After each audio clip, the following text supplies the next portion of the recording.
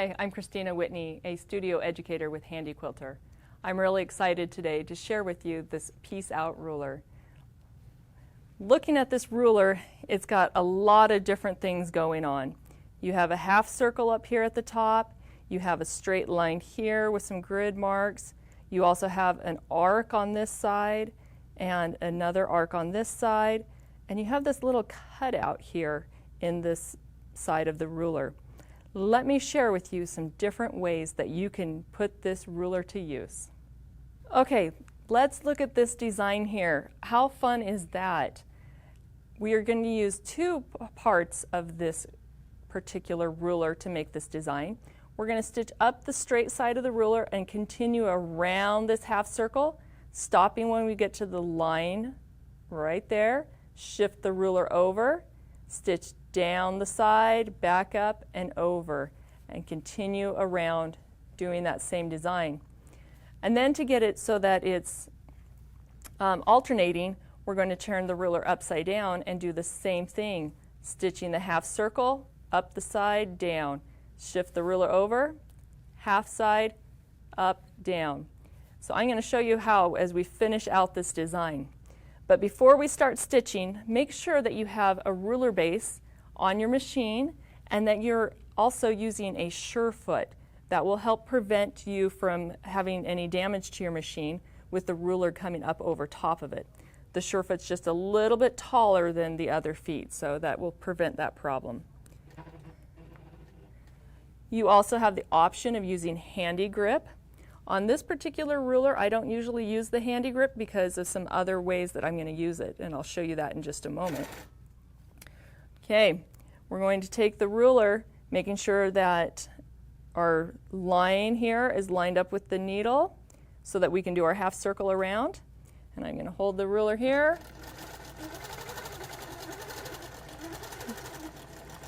We're going to go up the straight side and back down. Watching that line right there so that I make sure to stop in the correct position. Look at this. You can do a continuous curve, and I did this one so that the corners here would overlap a little bit to give it a different element. You could shift the ruler down just a little bit if you didn't want it to overlap.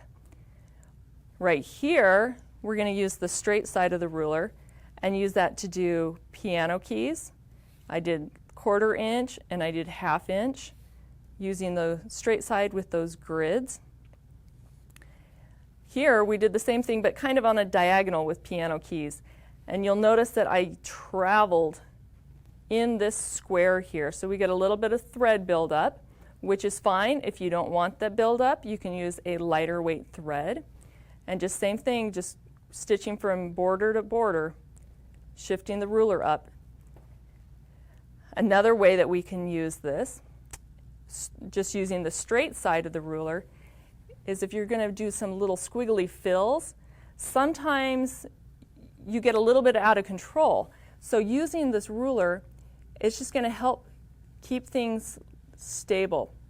I'm not actually lining anything up with the ruler. I'm just using that ruler to keep things in control, just shifting just a little bit as I'm doing the little stitches here.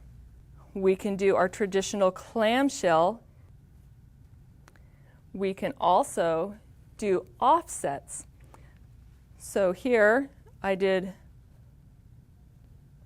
all the way across, and then I went back and used this center line here on the ruler, and I lined that up right down the point of the previous stitch line, and then I could stitch alternating.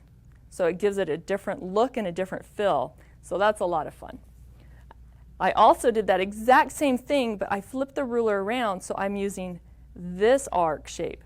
Now this one you have to be a little bit more careful of because you can jump off the edge there onto the straight line. So be really careful that you keep right on this line going across, that you stop when you get to the line. I'm going to put the ruler into position, starting at a point. I'm going to stitch all the way up the straight side and around that half circle, stopping at that point. I'm going to flip the ruler upside down, and I'm going to bump it up against my hopping foot with the line right at the center, and then also making sure that I'm 1/4 of an inch away from the ending point, and I'm going to stitch around the other side. So you can make fun hearts with this ruler.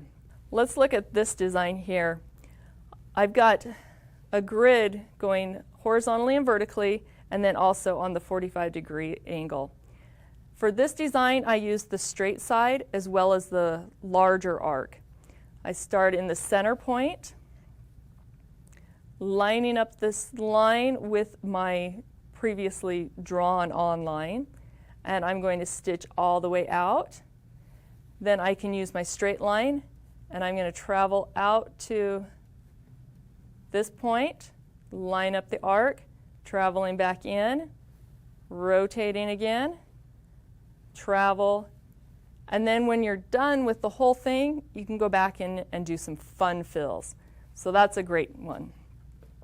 Okay, so I'm going to save this fun part for the end.